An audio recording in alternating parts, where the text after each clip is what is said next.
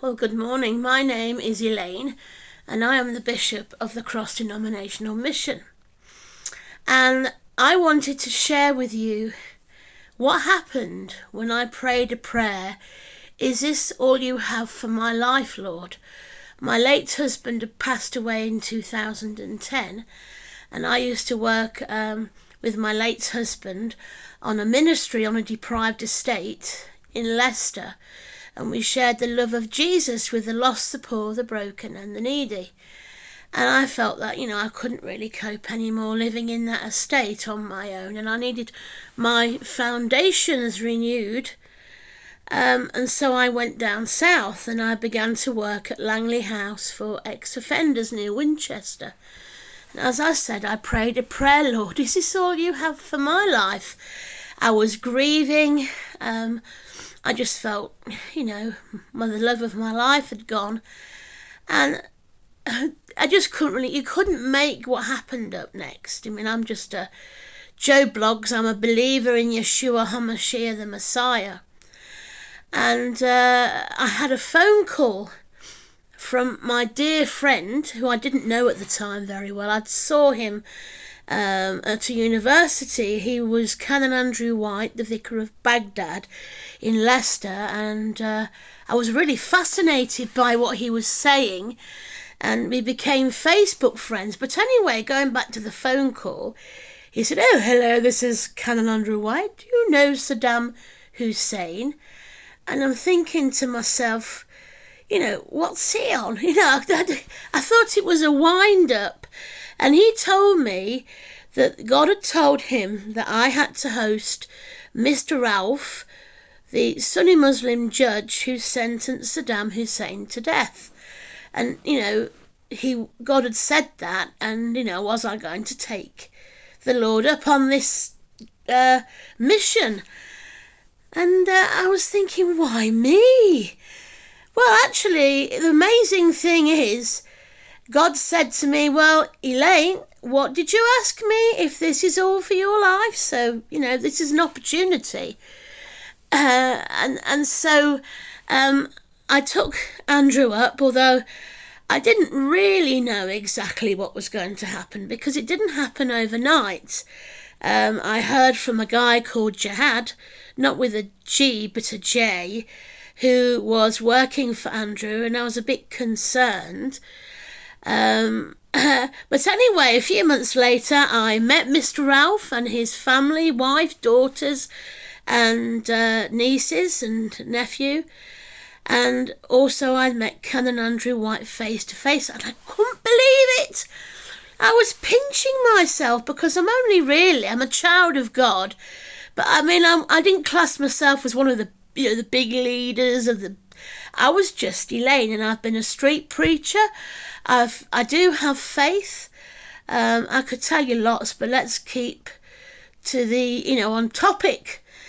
Anyway, I used to take time off from work because I only worked part-time, and I went to see Mr. Raouf in the hospital and his wife, and I used to pray with him, with my co-worker at the time, Jihad, who was a translator. And we had great conversations about, in UK we have street pastors, and we give them flip-flops. These ladies that are drunk coming out of the pubs, and just being a friend, being there, talking to them, giving them flip-flops so they don't harm their feet, because a lot of them walk out with no shoes. And Mr. Raouf was saying he couldn't understand how we could give these flip-flops to these women who are coming out drunk. And we had wonderful conversations and lots of times of prayer. And I remember the funniest thing of all was that we were taking Mr. Raouf to a Kurdish restaurant in Portsmouth.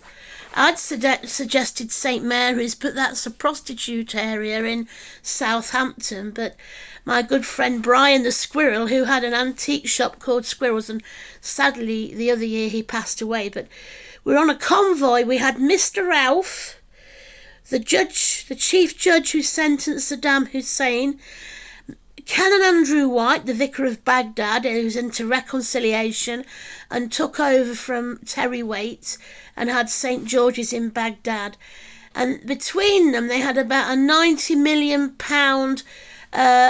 money on their head from ISIS. And they were in a blacked out car. Behind him was Brian the Squirrel with his Jesus fan, Jesus Loves You. I was behind Brian in my clapped out old green Volvo, and Jihad was at the back. And I was laughing to myself because you just couldn't make it up. And this is the power of Nasai. This is the power of God. And anyway, so Mr. Raouf was having an operation on his spine, very, very major surgery, and Southampton was the only place where the consultant spoke his language. And he went home because that was successful, because he'd been praying all the time. And Mrs. Raouf had an operation on her ankle. And, you know, it was just, I couldn't believe who I was helping. Anyway, Mrs. Raouf had an amazing time, and I took this beautiful scarf that she gave me to a Warrior Bride conference in West End, and I put the scarf on the cross over Israeli flag, and I didn't know that was a prophetic thing, because Kurdistan and Israel both have had land taken from them and all sorts of things, you know, with the Halabja and the Saddam Hussein annihilating the people with chemical warfare, and, you know, Israel having attacks and people taking their land. So anyway, I was asked if I would like to go to Iraq, to Kurdistan, for 6 weeks. And I think basically I was escorting Mrs. Raouf through the airport to make sure she got back home again and whatever. And so I said yes, because I was getting some inheritance from my late husband. And also everything was not working out where I was. It was all sort of ending. My job was ending. They put my rented accommodation up for sale. So I knew that was God.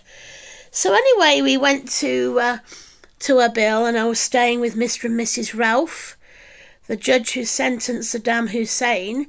And I was on a Z bed in his room, and I was trying to find anything else I could. But obviously, I didn't know the language. But I couldn't believe it. You know, imagine sleeping on a Z bed in Mr. Raouf, in his office in Erbil, and, you know, everything was just amazing. And I got a bit fed up with listening to Al Jazeera, and I don't believe in the Quran. It's not my thing, because I'm a believer. I'm a born-again believer of Yeshua HaMashiach, the Messiah.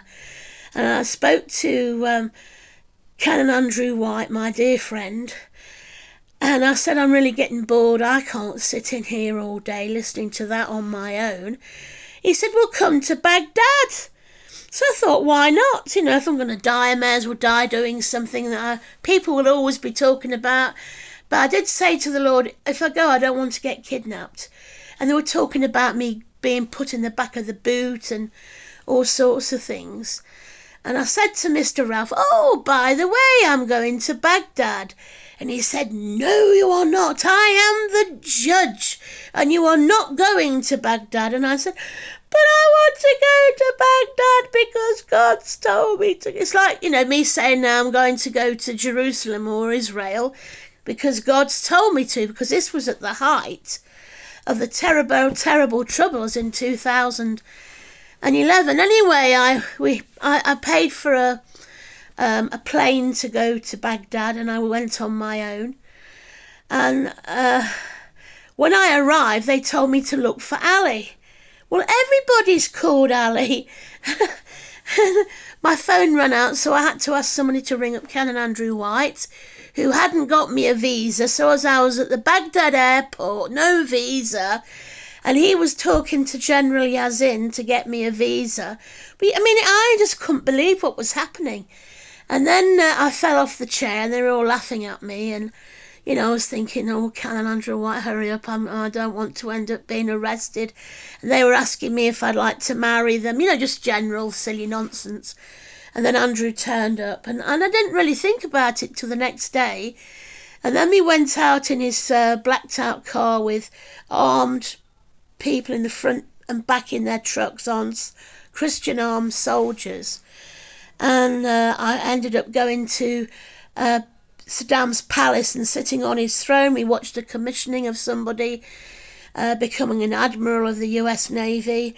I met the son of a Shiite tribal warrior in Baghdad who'd become a believer and didn't tell anybody because they'd have killed him.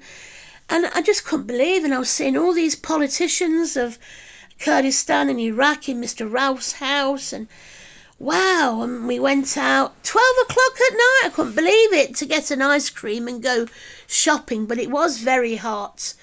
And so anyway, back in Baghdad, I forgot about it. So we're back in Baghdad, and I was blown away at the fact that I was seeing these people all wearing black whose family members had been killed by the terrorists, and they were showing me people that had been tortured in that state.